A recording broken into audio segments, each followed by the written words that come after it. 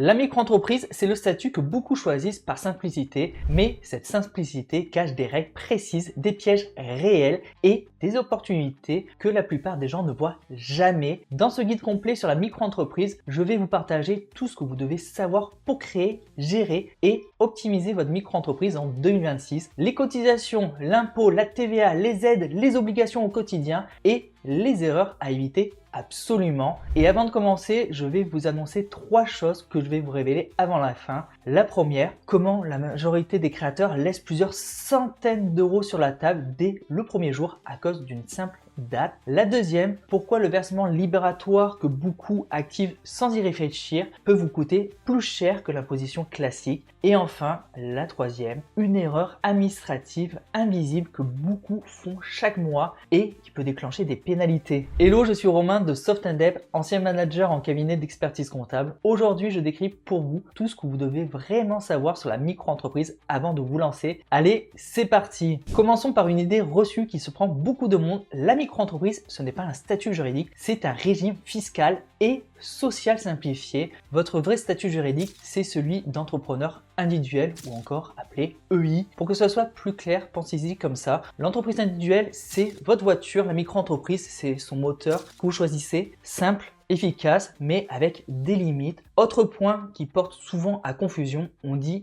micro-entreprise ou auto-entrepreneur. En fait, auto-entrepreneur, c'est l'ancien nom officiel disparu depuis 2016, mais dans la vie de tous les jours, tout le monde utilise encore les deux. Et le site de l'URSSAF s'appelle encore autoentrepreneur.ursaf.fr. Ça fait maintenant 10 ans que le nom a changé. Dommage qu'il ne soit pas aussi rapide pour le changer que pour venir prélever nos cotisations. Bon, maintenant que c'est clair sur la terminologie, voyons qui peut créer une micro-entreprise. La réponse est simple, presque tout le monde. Il faut être majeur et avoir une adresse en France. Et surtout, vous pouvez cumuler salariés, étudiants, retraités, vous pouvez tout à fait lancer votre micro-entreprise à côté. C'est l'un des grands avantages de ce régime. Maintenant, parlons des avantages et des inconvénients de la micro-entreprise. Et d'ailleurs, je vais vous dire quelque chose que personne ne dit sur la franchise en base de TVA. Cet avantage qu'on présente partout comme une évidence. Dans certains cas, c'est exactement l'inverse. Je vous explique pourquoi dans quelques minutes, mais commençons par les avantages de la micro-entreprise que vous connaissez sûrement déjà. Le premier, la simplicité, pas de bilan comptable, pas de liasse fiscale, la gestion au quotidien est vraiment allégée par rapport à un autre type de structure. Le deuxième, les charges sociales proportionnelles, vous payez un pourcentage fixe sur ce que vous allez encaisser, pas de chiffre d'affaires ce mois-ci, zéro charge. Et le troisième, la franchise en base de TVA. Par défaut, vous ne facturez pas la TVA à vos clients. Vos prix sont donc plus compétitifs, notamment face à des concurrents qui sont assujettis à la TVA. Mais attention, et c'est là que je reviens sur ce que j'avais annoncé, contrairement à ce qu'on entend partout, la franchise en base de TVA n'est pas toujours avantageux. Dans certains cas, c'est même l'inverse pour moi. Voilà pourquoi, quand vous êtes en franchise en base de TVA, vous ne pouvez pas récupérer la TVA sur vos achats professionnels. Vous achetez un ordinateur à 1200 € hors taxe, soit 1440 € TTC, c'est 240 € de TVA, vous les perdez purement et simplement. En revanche, si vous optez volontairement pour être assujetti à la TVA, vous récupérez cette TVA sur tous vos achats. Et si vous travaillez principalement avec des entreprises, vos clients vont récupérer eux aussi la TVA que vous leur avez facturée. C'est donc totalement neutre pour eux et très avantageux pour vous si vous avez des achats importants. Passons maintenant aux inconvénients de la micro-entreprise. Et là, écoutez bien parce que c'est souvent ici que les gens perdent de l'argent. Le plus important, l'impossibilité de déduire ses charges. Vous achetez du matériel, des logiciels, des fournitures pour travailler. L'administration fiscale s'en fiche totalement. Vous payez vos cotisations sur votre chiffre d'affaires brut comme si ces dépenses n'existaient pas. C'est souvent là que la micro-entreprise devient un vrai piège pour certains profils. Ensuite, il y a des plafonds de chiffre d'affaires. En 2026, ils ont été revalorisés. Pour les activités commerciales, le plafond est de 203 100 € et pour les activités de service, il est de 83 600 € et on parle bien de chiffre d'affaires hors taxe encaissé, pas facturé. Sur ces plafonds, il y a deux particularités importantes à connaître. Le premier, si vous créez en cours d'année, votre plafond est proratisé. Prenons un petit exemple concret. Vous créez le 1er avril 2026, il reste reste donc 275 jours jusqu'au 31 décembre. Votre plafond réel pour la première année sera de 83 600 € pour une prestation de service, multiplié par 275 et divisé par 365, soit environ 62 980 € et pas 83 600. C'est important de le savoir pour ne pas dépasser sans le réaliser. Et le deuxième, le chiffre d'affaires pris en compte pour sortir du régime n'est pas celui de l'année en cours, mais celui des 2 années précédentes. Concrètement, si vous dépassez le plafond 2 années consécutives, vous sortez automatiquement du régime l'année suivante. En résumé, la simplicité de la micro-entreprise cache souvent un manque d'optimisation. On choisit ce régime pour sa facilité et on oublie de calculer si c'est vraiment le plus rentable pour nous. C'est exactement pour ça que j'ai créé un simulateur gratuit sur softindep.fr. En quelques clics, vous pourrez comparer la micro-entreprise avec d'autres statuts et vous pourrez voir ce qui reste vraiment en net. Je vous mets le lien juste en description. Maintenant, voyons les règles du jeu sur les activités autorisées parce que toutes les activités ne peuvent pas être exercées en micro-entreprise. Sont exclues par exemple les activités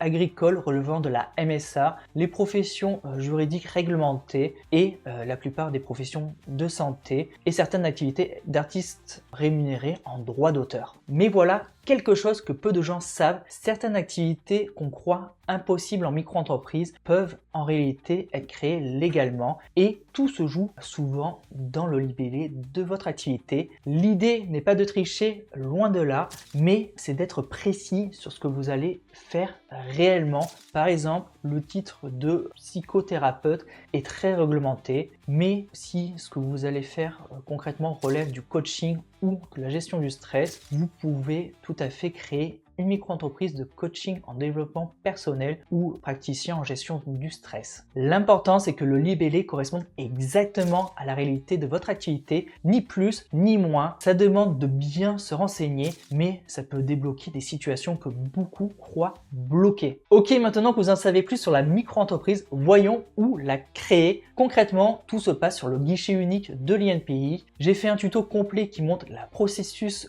pas à pas. Je vous mets le lien aussi en description de cette vidéo. Mais avant d'y foncer, il y a 2 cases sur le formulaire que la majorité des gens remplissent sans vraiment y réfléchir et qui peuvent leur coûter cher dès la première année. On arrive dessus tout de suite. La première case critique, la domiciliation. Beaucoup de gens domicilient leur micro-entreprise à leur adresse personnelle. Par défaut, c'est légal, mais ça pose 2 problèmes que la plupart ignorent complètement. Le premier problème, et c'est souvent celui qui surprend le plus, votre adresse devient publique. Un client mécontent, un concurrent ou simplement quelqu'un de curieux peut trouver où vous habitez en quelques secondes. Pour quelqu'un qui travaille depuis chez lui, c'est un vrai problème de question de vie privée. Et le deuxième problème est financier. La CFE, la cotisation foncière des entreprises, c'est un impôt local dont le montant va varier énormément selon la commune où est domiciliée votre micro-entreprise. Dans certaines villes, elle peut dépasser 700, 800 voire 1000 € par an pour exactement la même activité. La solution que moi j'ai trouvée pour ces 2 problèmes, c'est de passer par une société de domiciliation. C'est d'ailleurs ce que moi j'utilise personnellement. Je passe par Legal Place Domiciliation et pour moins de 17 € par mois, leur adresse remplace la vôtre sur tous les registres officiels. Et en plus de ça, ils vont vous renvoyer gratuitement vos courriers sensibles. Et le suivi du courrier est très pratique, il se fait directement en ligne. En plus, avec le code SOFTDEAL, vous allez pouvoir bénéficier de 15% de réduction. Je vous mets le lien affilié en description de cette vidéo. Il vous permettra d'avoir la meilleure offre du moment. Le deuxième point critique lors de la création de la micro-entreprise, c'est la description de votre activité. C'est ici que la majorité des erreurs se produisent. Vous devez identifier la bonne catégorie d'activité BIC ou BNC et elle détermine directement votre taux de cotisation sociale. C'est vrai, ce n'est pas un choix libre, c'est la nature de votre activité qui va le déterminer, mais beaucoup ne savent pas dans quelle catégorie tombe leur activité et remplissent la mauvaise case par méconnaissance. En résumé, vous vendez des produits ou des marchandises, c'est généralement du BIC. Vous vendez votre expertise, votre temps, vos compétences intellectuelles, c'est généralement ce qu'on appelle du BNC. Certaines activités sont à la frontière, donc dans le le doute, renseignez-vous avant de valider. Si vous vous sentez à l'aise de créer seul sur le guichet unique de l'INPI, vous pouvez y aller directement. Mais si vous préférez déléguer et être certain de faire aucune erreur, je vous conseille de passer par LegalPlace. Ils vont s'occuper de tout. Et en plus de ça, ils ont une garantie anti-rejet du greffe. Ça veut dire que vous serez sûr et certain qu'ils vont créer votre micro-entreprise. Et le code SOFTDEAL permet là aussi d'avoir 15% de réduction. Notez-le pour ne pas l'oublier. Et maintenant, je tiens ma promesse de début de vidéo. Comment la majorité des créateurs de micro-entreprises laissent plusieurs centaines d'euros sur la table dès le premier jour à cause d'une simple erreur de date. Tout s'explique avec l'ACRE, l'aide à la création ou à la reprise d'entreprise. C'est une réduction de vos cotisations sociales en début d'activité qui s'applique jusqu'à la fin du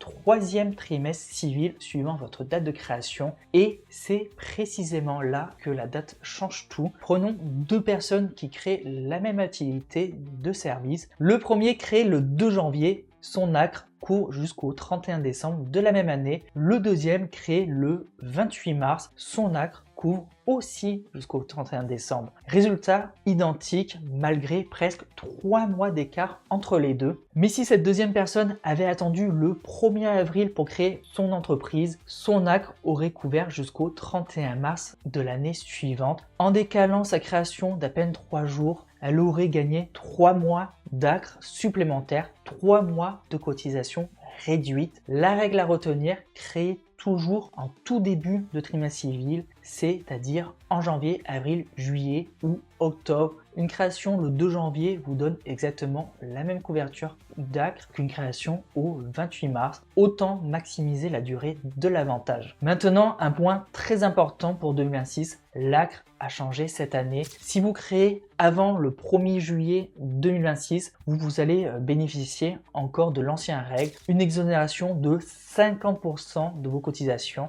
Et si vous créez à partir du 1er juillet 2026, cette exonération va tomber à 25%, 2 fois moins avantageux. Dans les 2 cas, pensez à faire votre demande d'ACRE dans les 60 jours qui suivent votre création auprès de l'URSSAF. Ce n'est pas automatique, ne ratez pas cette économie réelle, même à 25%. Voilà, vous avez maintenant une vision complète de ce qu'est vraiment la micro-entreprise en 2026, ses avantages réels, ses pièges, les activités autorisées, les 2 erreurs à éviter absolument sur le formulaire de création et l'astuce sur l'ACRE qui peut vous faire économiser plusieurs centaines d'euros dès le départ. La suite logique maintenant, c'est de comprendre exactement ce que vous allez payer une fois lancé. Cotisation sociale, impôt sur le revenu, TVA, charges cachées. Commençons par le plus gros poste de dépense, les cotisations sociales. C'est ce qui va financer votre protection, la santé, la retraite, les indemnités journalières en cas d'arrêt maladie. En micro-entreprise, le principe est simple. Vous appliquez un pourcentage fixe sur votre chiffre d'affaires encaissé. Pas de chiffre d'affaires, pas de cotisation. C'est l'un des gros avantages de ce régime. En 2026, voici les taux selon votre activité. 12,30% si vous faites de la vente de marchandises, c'est le taux le plus bas. 21,20% si vous faites des prestations de services commerciales ou artisanales. On parle de BIC, des métiers comme plombier, coiffeur, chauffeur VTC. Et 25,60% si vous faites des prestations de services intellectuels, du conseil,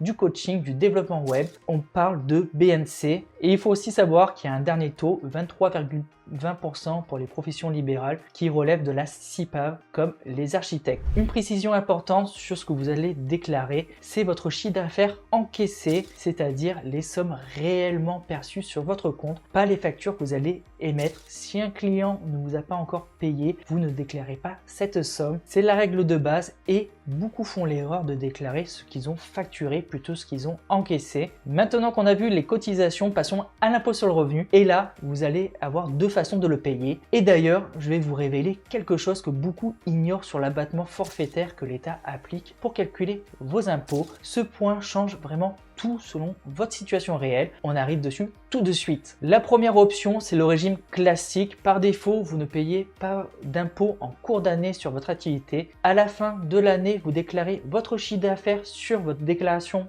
d'impôt sur le revenu qu'on fait généralement en mai via le formulaire 2042C Pro. L'administration va appliquer alors un abattement forfaitaire censé représenter vos charges et voici ce qui beaucoup ignorent. Cet abattement est de 71% si vous faites de la vente. Autrement dit, sur 10 000 € de chiffre d'affaires, l'État considère que vos charges représentent 7 100 € et ils vont donc vous imposer sur 2 900 €. Il est de 50% pour les services BIC et il est de 34% pour tout ce qui est service BNC. Vous vous demandez pourquoi? C'est important parce que si vos charges réelles sont inférieures à cet abattement, le régime classique peut être très avantageux. En revanche, si vos charges réelles sont bien supérieures à ce que l'État présuppose, la micro-entreprise vous pénalise par rapport à un régime réel où vous pourrez déduire toutes ces charges. C'est d'ailleurs l'un des grands pièges de la micro-entreprise. Ensuite, le revenu restant après abattement s'ajoute à votre revenu de votre foyer et vous êtes imposé selon le barème progressif de l'impôt sur le revenu. Simple à comprendre, mais les conséquences peuvent être importantes selon votre situation financière. Passons maintenant à la deuxième option et c'est ce que j'annonçais en début de cette vidéo. Le versement libératoire, c'est une option qui vous permet de payer vos impôts en même temps que vos cotisations sociales chaque mois ou chaque trimestre selon ce que vous avez choisi. Un pourcentage fixe supplémentaire s'applique sur votre chiffre d'affaires, 1% pour tout ce qui est vente, 1,7% pour tout ce qui est service BIC et 2,2% pour tout ce qui est BNC.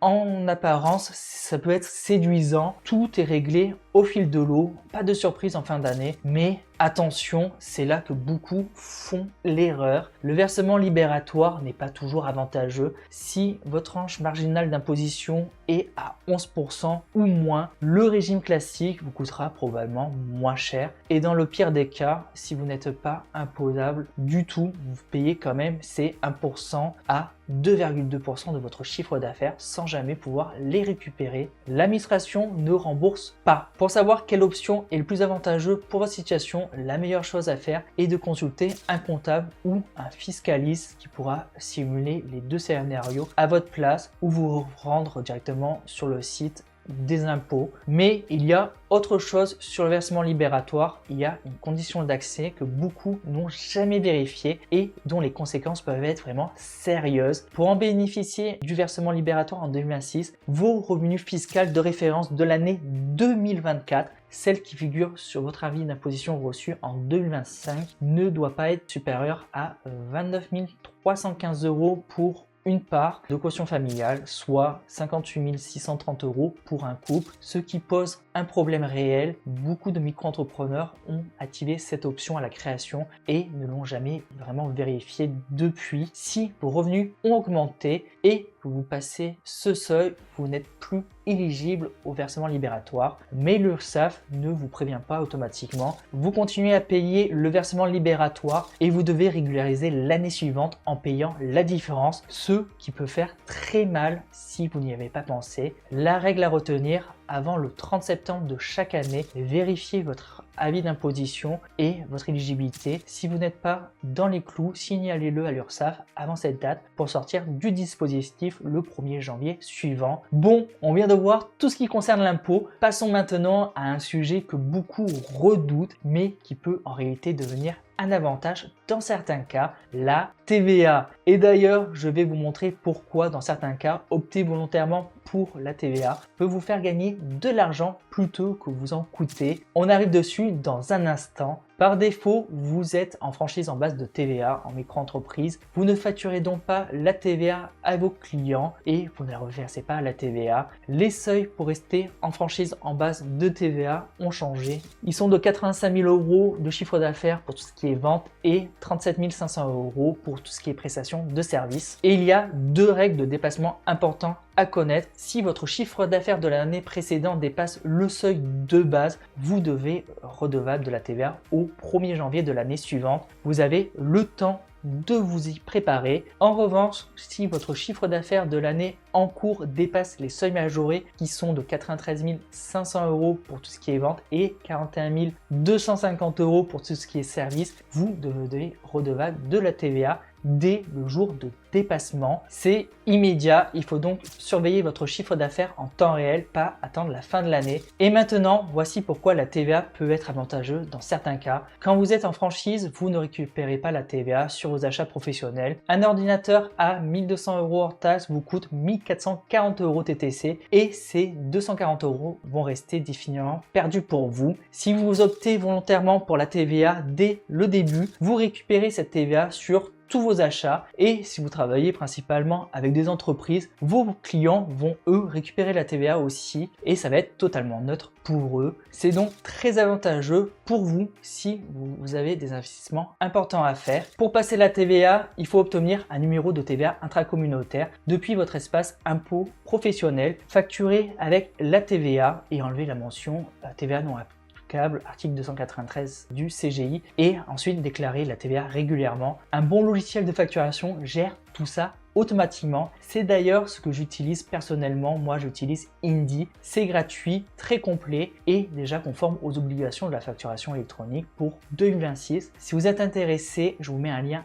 affilié en description qui vous permettra de l'essayer, même version premium, gratuitement. On a vu les cotisations, l'impôt, la TVA, mais il reste deux charges que beaucoup découvrent trop tard et qui viennent s'ajouter à tout ça. La première, c'est la CFE, la cotisation foncière des entreprises. C'est un impôt local dont le montant varie selon la commune où est domiciliée votre entreprise. Et bonne nouvelle, vous êtes exonéré la première année. La deuxième année, vous bénéficiez d'un abattement de 50%. Ensuite, elle s'applique pleinement et peut aller de quelques dizaines d'euros à plus de 1000 € par an selon la ville et le village où est domiciliée votre micro-entreprise. C'est exactement pour ça que la domiciliation peut vous faire économiser plusieurs centaines d'euros chaque année. La deuxième, c'est la contribution formation professionnelle. Elle est très faible, 0,10% pour les commerces, 0,20% pour les professions libérales et 0,30% pour tout ce qui est artisan. Elle est prélevée automatiquement avec vos cotisations. Vous n'avez rien à faire de particulier. Un petit exemple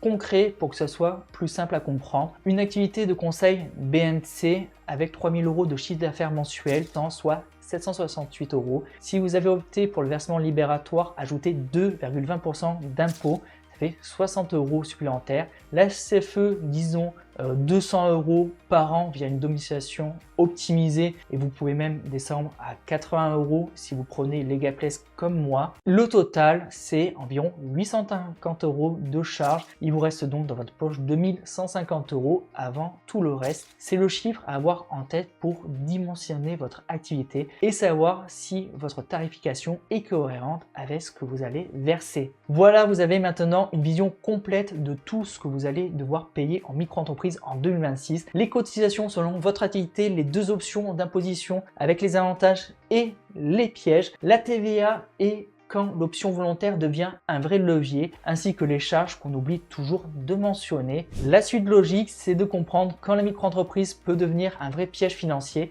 et quelles aides peuvent être envisagées pour alléger le démarrage. C'est exactement ce que je vais vous présenter dans la vidéo qui s'affiche à l'écran. Tous les liens dont on a parlé dans la vidéo, Indy, Legaplace, etc. sont en description et n'oubliez pas d'utiliser le code promo SOFTDEAL pour avoir 15%. Commençons par les aides parce que selon votre situation, vous pouvez bénéficier d'un coup de pouce significatif au démarrage et beaucoup passent à côté simplement par manque d'informations. Tout d'abord, il y a l'ACRE, l'aide à la création et à la reprise d'entreprise. C'est une réduction de vos cotisations sociales en début d'activité. Si vous créez avant le 1er juillet 2026, vous bénéficiez d'une exonération de 50%. Après cette date, elle tombe à 25%. Dans les deux cas, vous devez en faire la demande dans les 60 jours suivant votre création, ce n'est pas automatique. Ensuite, il y a l'ARS, l'aide qui est moins connue et qui est pour les demandeurs d'emploi. Si vous êtes demandeur d'emploi et que vous percevez l'ARE au moment de la création de votre micro-entreprise, vous pouvez avoir accès à ce dispositif très intéressant qui est l'ARS. Concrètement, au lieu de continuer à percevoir vos allocations chômage chaque mois, vous pouvez choisir de toucher en capital le montant correspondant à 60% de vos droits à l'ARE restant à la date de création, versé en deux fois, la première moitié à la création et l'autre moitié 6 mois plus tard si votre activité se poursuit. Un petit exemple concret, vous avez 20 000 euros de droits restants à l'ARE. L'ARS vous verse 12 000 euros en 2 fois. C'est une somme non négligeable pour démarrer, pour investir dans du matériel ou simplement se constituer une trésorerie de sécurité. Mais attention cependant, en choisissant l'ARS, vous allez renoncer aux 40% restants de vos droits à l'ARE. Et depuis avril 2025, si votre activité se poursuit au-delà du second versement, vous ne pouvez plus reprendre vos droits à l'ARE. C'est un choix irréversible qui mérite réflexion. Si vous préférez sécuriser un revenu mensuel régulier, vous pouvez aussi continuer à percevoir votre ARE tout en développant votre activité. Vos allocations seront simplement réduites en fonction de votre chiffre d'affaires. C'est souvent la meilleure option quand vous démarrez doucement et que votre chiffre d'affaires est encore très faible. Ces deux options sont exclusives. Vous ne pouvez pas cumuler l'ARS et le maintien de l'ARE. Renseignez-vous auprès de France Travail pour choisir ce qui va plus correspondre à votre situation. Bon, maintenant qu'on a vu les aides, passons aux optimisations et il y a deux que je veux absolument vous montrer. Et d'ailleurs, l'une d'elles concerne la TVA qu'on présente partout comme une contrainte mais qui peut dans certains cas devenir un vrai levier financier. On arrive dessus dans un instant. Commençons par l'optimisation la plus simple, celle que vous pouvez mettre en place dès la création sans rien changer à votre activité, la CFE, la cotisation foncière des entreprises, qui va varier énormément selon la commune où est domiciliée votre entreprise. La même activité peut vous coûter 80 euros par an dans certaines villes, dont Paris, et plus de 800 euros dans d'autres, et même dans des villages. En passant par une société de domiciliation, vous choisissez une adresse dans une ville à CFE base et vous protégez votre adresse personnelle qui sinon devient publique. C'est ce que moi j'utilise personnellement via Legalplace Domiciliation qui me propose de domicilier ma micro-entreprise chez eux pour moins de 17 euros par mois. Et avec le code SOFTDEAL, vous aurez 15% de réduction. Je vous mets toutes les informations en description de cette vidéo. Bon, on vient de voir comment réduire votre CFE dès le départ. Passons maintenant à la deuxième optimisation, celle dont je vous parlais sur la TVA. L'option à TVA volontaire, c'est une optimisation à part entière que peu de gens utilisent. Si vous travaillez principalement avec des entreprises et que vous avez des achats professionnels importants, optez volontairement pour la TVA qui va faire économiser plusieurs centaines d'euros par an. Vous récupérez la TVA sur tous vos achats et vos clients entreprises récupèrent eux aussi la TVA sur vos factures. C'est totalement neutre pour eux et très avantageux pour vous. Ces deux optimisations fonctionnent d'autant mieux que vous pouvez piloter votre activité en temps réel et c'est justement le troisième point que je voulais aborder avec vous, l'importance de suivre votre chiffre d'affaires régulièrement, pas seulement en fin d'année. Si vous voyez que vous vous approchez du seuil de TVA en cours d'année, vous pouvez anticiper en lissant vos encaissements, en décalant certaines factures sur le mois ou trimestre suivant. Ce n'est pas de la triche, c'est simplement de la planification fiscale. En revanche, si vous dépassez le seuil majoré de TVA, la TVA va s'appliquer dès le premier jour du mois de dépassement. Là, vous n'avez plus le choix, d'où l'importance de ne pas attendre la fin d'année pour regarder vos chiffres. Pour suivre ces seuils, moi j'utilise Indy qui vous permet de voir quand vous approchez des seuils clés, par exemple de TVA et le seuil de la micro-entreprise. Je vous mets un lien en description qui vous permet de bénéficier de la meilleure offre du moment sur Indy. On arrive sur la partie que beaucoup négligent et c'est précisément là que se cachent des pièges qui peuvent vous coûter très cher. Je vais vous révéler l'erreur administrative dont je parlais en début de vidéo. La plupart des micro-entrepreneurs savent déjà qu'ils doivent déclarer leur chiffre d'affaires à l'URSSAF chaque mois ou chaque trimestre. Ceux qui ne savent pas toujours, c'est que cette déclaration est obligatoire même si vous avez un chiffre d'affaires à 0 €. Si vous ne déclarez pas, même un mois sans aucun revenu, vous êtes exposé à une pénalité de 58 € par déclaration manquante et l'URSSAF peut estimer d'office votre chiffre d'affaires fictif sur lequel vous taxez, donc ça peut vraiment coûter très cher. La règle est simple, déclarez toujours même à 0, ça prend 2 minutes sur autoentrepreneur.ursaf.fr ou sur l'application mobile et attention, vous déclarez ce que vous avez encaissé en hors hors taxe et pas ce que vous avez facturé. Passons maintenant à la facturation. Vos factures doivent respecter des mentions obligatoires précises, votre numéro SIRET, votre adresse, les coordonnées de vos clients, la date, le détail, la prestation, le montant, entre autres. Et si vous êtes en franchise de TVA, la mention suivante doit apparaître obligatoirement. TVA non applicable, article 293B du CGI, donc le Code général des impôts. Sans cette mention, votre facture n'est pas conforme et vous êtes exposé en cas de contrôle. Vos factures doivent aussi suivre une numérisation chronique sans trou. On passe de la facture 30 à 31, jamais de 30 à 32 et elles doivent être inaltérables, c'est-à-dire qu'on ne peut pas pouvoir les modifier après émission. Pour ne jamais faire d'erreur sur tout ça, je vous recommande encore une fois Indy. Il génère des factures conformes automatiques sur vos seuils de TVA et chiffre d'affaires en temps réel et c'est déjà prêt pour la facturation électronique obligatoire qui va arriver en septembre 2026 et septembre 2027. Cette partie en plus de l'outil est totalement gratuit. Pour rappel, je vous mets le lien affilié en description de cette vidéo et qui vous permettrait d'avoir la meilleure offre du moment sur tout ce qui est payant. Ensuite, Indy m'amène naturellement au point suivant, le livre de recettes. C'est un document où vous enregistrez chaque encaissement avec la date, le montant, le mode de paiement et le nom du client. Si vous faites de la vente, vous devez aussi tenir un registre des achats. Indy le génère aussi automatiquement. Si vous préférez le faire manuellement, Google Sheet conserve l'historique des modifications, ce qui en fait un document inaltérable aux yeux de l'administration. Exportez le PDF à chaque fin de mois et conservez-le pendant 10 ans. Un dernier point pour terminer qui est souvent ignoré, si votre chiffre d'affaires dépasse 10 000 € pendant 2 années consécutives, vous avez l'obligation légale d'avoir un compte bancaire dédié à votre activité. Ce n'est pas forcément un compte professionnel payant, mais il doit être séparé de votre compte personnel. Pour ma micro-entreprise, encore une fois, j'utilise Indy qui propose un compte pro gratuit avec des virements illimités et carte bancaire et qui accepte les prélèvements B2B nécessaires par exemple pour payer la TVA. Le lien est en description et en premier commentaire. Voilà, vous avez maintenant une vision complète des aides disponibles, des optimisations à mettre en place et des obligations à respecter au quotidien pour gérer votre micro-entreprise sereinement en 2026. Si vous voulez aller plus loin et comparer la micro-entreprise avec d'autres statuts pour voir ce qui vous reste vraiment en net, mon simulateur gratuit sur softandep.fr vous aidera à le faire. Je vous mets tous les liens dont on a parlé en description de la vidéo et le code SOFTDEAL qui permet d'avoir 15% de réduction sur tous les Gameplays. Voilà, vous avez maintenant une vision complète de la micro-entreprise en 2026, ce qu'elle est vraiment, tout ce que vous allez payer, comment bien créer la vôtre dès le départ, les aides disponibles et les obligations du quotidien pour rester en règle. Si vous voulez aller plus loin et comparer la micro-entreprise avec d'autres statuts pour voir ce qui vous reste vraiment en net, vous retrouverez mon simulateur gratuit sur le site softandep.fr. Tous les liens affiliés dont on a parlé dans ce guide, les Gameplays domination, les Gameplays création, le code SOFTDEAL, Indy et le tuto sur la création sur INPI sont en description de cette vidéo. Si ce guide vous a aidé, n'oubliez pas de mettre un like, ça m'aide beaucoup et abonnez-vous pour la suite. À bientôt, ciao.